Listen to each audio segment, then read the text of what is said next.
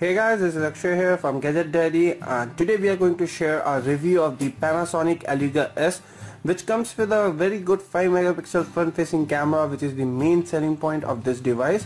So let's get started. So here's the device, and in this video we are going to talk about its design, its hardware and build quality, performance, software, camera quality, battery life, call quality, audio and video playback quality, and pretty much everything.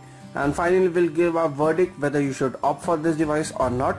So talking first about the design and build quality, it is a pretty compact device. It is very light in weight. It comes in a unibody design, so you can't actually remove the back panel. All the slots are provided on the sides of this device. At the front you have a massive 5 megapixel camera. We'll talk about that a bit later. It has Panasonic branding along with an earpiece and hidden proximity and ambient light sensors. Moving down, you can see a 5-inch HD IPS display. Below the display you have usual Android touch buttons. Moving to the sides of this device, on the right side you have the power of the lock key and a SIM card slot over here. It supports dual SIM, and both the SIMs are supported in a single tray. Both are the micro SIM cards. At the top you have a 3.5mm audio jack. On the other side you have a micro SD card slot. It supports micro SD cards, and here is the volume rocker. At the bottom you have a primary mic for voice calling and a micro USB port for charging your device as well as for data transfer. Moving to the back of this device, it comes with a great back. It has a fake leather finish at the back. It is made out of plastic, but if you look at the back of this device, it appears to be leather. It also has a fake leather stitch around the edges at the back, as you can see.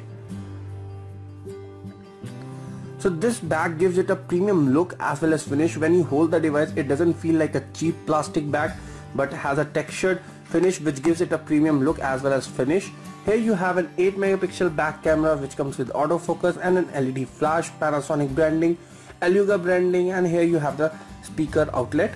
Overall, we are really impressed with the build quality of this device. It is available in India at a Best Buy price of around 10,500. At this price point, you are getting a very well built device. It is very compact in nature, lightweight, and you have a unibody design. Also the fake leather finish at the back, and you also have a fake metal running around the edges, as you can see. These two features give this device a premium look as well as finish. Not to forget, it's a very lightweight device, so it is not very heavy as compared to other devices in this price segment. So in terms of build quality and design, it is a very good device. Moving on to the display of this device, it comes with a 5-inch HD IPS display, and if you can see, it's an IPS display, so obviously it has good viewing angles.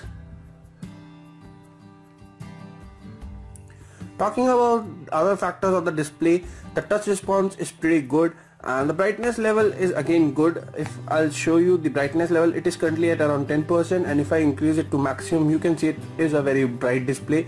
Since it's a very bright display, there is no issues while reading the text or watching videos in outdoor conditions or under the sun. So it has good outdoor visibility as well as the readability. Moving on to the hardware and the software part, first we'll talk about the hardware and the performance. This device is powered by a 1.4 GHz octa-core MediaTek MT6592 processor, and it has a clock speed of 1.36, and to round off it is 1.4 GHz. It comes with 1 GB of RAM and 8 GB of internal storage. You can obviously expand the internal storage by using a micro SD card, which you can insert on the slot provided on the device. So in terms of hardware, it is decent. There is no visible lag in the UI. As you can see, if you navigate through the home screens, it is smooth. There is no visible lag while navigating through the home screen, while opening the app drawer, or while launching or closing the application. For example, if I launch this application, you can see it opens almost instantly. And let me move on to another application, and if I try and open another application, again it opens quite easily without any lag or delay. So in terms of hardware and performance in normal day-to-day life and users, it won't give you any issues. And if you talk about the heavy users out there who require a lot of processing capabilities from a device, so we have already done the benchmarks of this device, and again it was able to beat most of the devices in the same price segment in terms of benchmark scores. Also, the device was able to run a high-end game Modern Combat 4 with some minor lag, but that is perfectly fine because it costs around 10,000 rupees. At this price point you can't really compare it with other high-end devices which are able to run those high-end games with ease. But at this price point the device is quite nice and it won't give you much problems in terms of hardware and performance. Talking about the software present on this device, it is powered by Android 4.4 KitKat OS. Let me just show you the Android version. It is 4.4.2 KitKat OS, and company has modified the OS a bit. For example, you have the same lock screen as the stock Android one, but you have the customized icons and a customized app drawer. Let me show you. So you have some customization here, so you can see the company has customized our device a bit. There's no very deep customizations on the device. For example, if you drop down the notification area, you can see it is again stock Android. In terms of applications, camera app and other applications, they are the stock Android applications. Talking about applications preloaded on this device, so company has preloaded few useful apps on the device such as Amazon, Blinkplay, Kingsoft Office, Vine. Blinkplay is an interesting application where you can capture selfies whenever you blink. So when you are looking at the camera and if you blink, you will able to capture a selfie. We'll talk about the front camera in our camera part. So it is an interesting application. So you don't need to press the button, you just need to blink your eyes and it will take a selfie for you. In terms of software, it is mostly Android, so there isn't much to talk about the software. Moving on to the camera part, which is important part for most of the users out there in the market. They are looking for a good camera present on the device. They look for a good back as well as the front camera these days because there is a selfie craze. It has a stock Android application, and if we talk about the camera interface, it is just like the stock Android application, so you don't have any customizations as far as the camera app is considered. You have few options over here where you can capture the images in normal mode. Then you have the live photo mode. What live photo mode does is it actually captures the images like a video. It records 3 seconds of a video.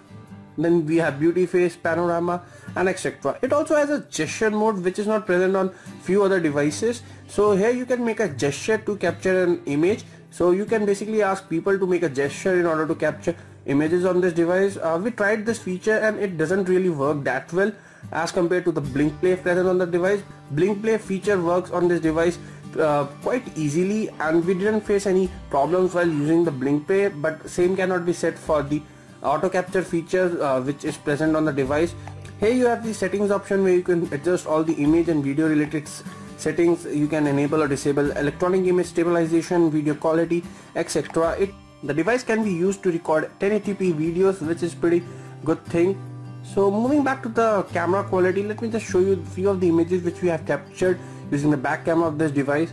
So here's an example, and if you look at the image quality, it is again very good for a camera. It is a 8 megapixel camera and at this price point the image quality is quite good. So let me just show you a few more examples, and if I zoom into the image, you can still read the text easily without any issues. There is very less noise present in these images. As you can see, Bank of India.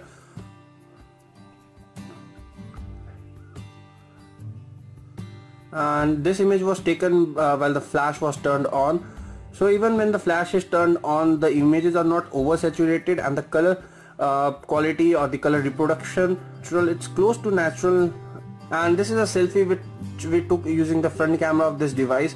Again, this is taken using the front camera, so you can see it is a pretty good click.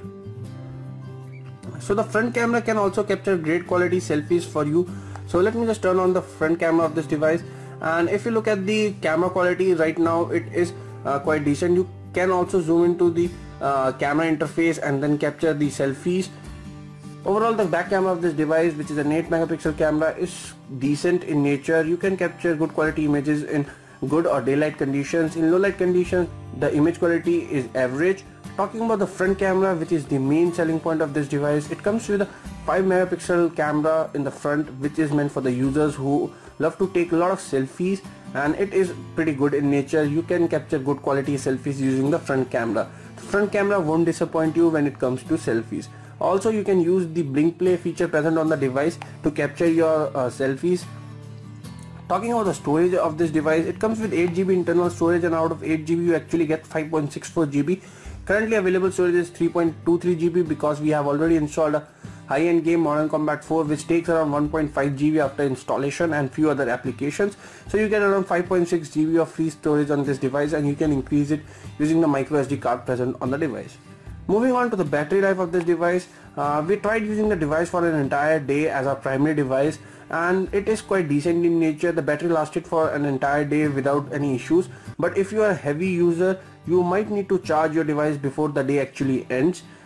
The audio and the video playback quality of this device is pretty good. The speaker quality is nice. It's not that loud, and it gets muffled or covered when you place the device on a table or on any surface. It actually doesn't have any kind of curve over here, which is usually present in other devices, which keeps the level of device bit raised when kept on a flat surface. So overall, Panasonic Eluga S is a nice device in this price range. It is available in India for 10,500, and at this price point you are getting a decent device which has good build quality and design. The hardware and the software present on this device is decent. Hardware wise, it is an octa-core processor, so you won't face any kind of issues in normal day-to-day usage. Software wise, it is mostly stock Android. The camera present on this device is something which might interest you. It comes with a 5 megapixel front facing camera and an 8 megapixel back camera. Both the cameras are quite decent in nature. Battery life is something which many users requires in this price point, but it is quite average on this device. With moderate usage it can last for an entire day, but the same cannot be said for heavy usage. So if you are looking for a device which is a good device overall, and if you are particular about taking a lot of selfies, you can definitely check out Panasonic Eluga S. For selfie lovers, you will definitely love this device. So that was all about the Panasonic Eluga S review. Don't forget to hit the subscribe button and give this video a thumbs up if this video helped you. So thanks for watching.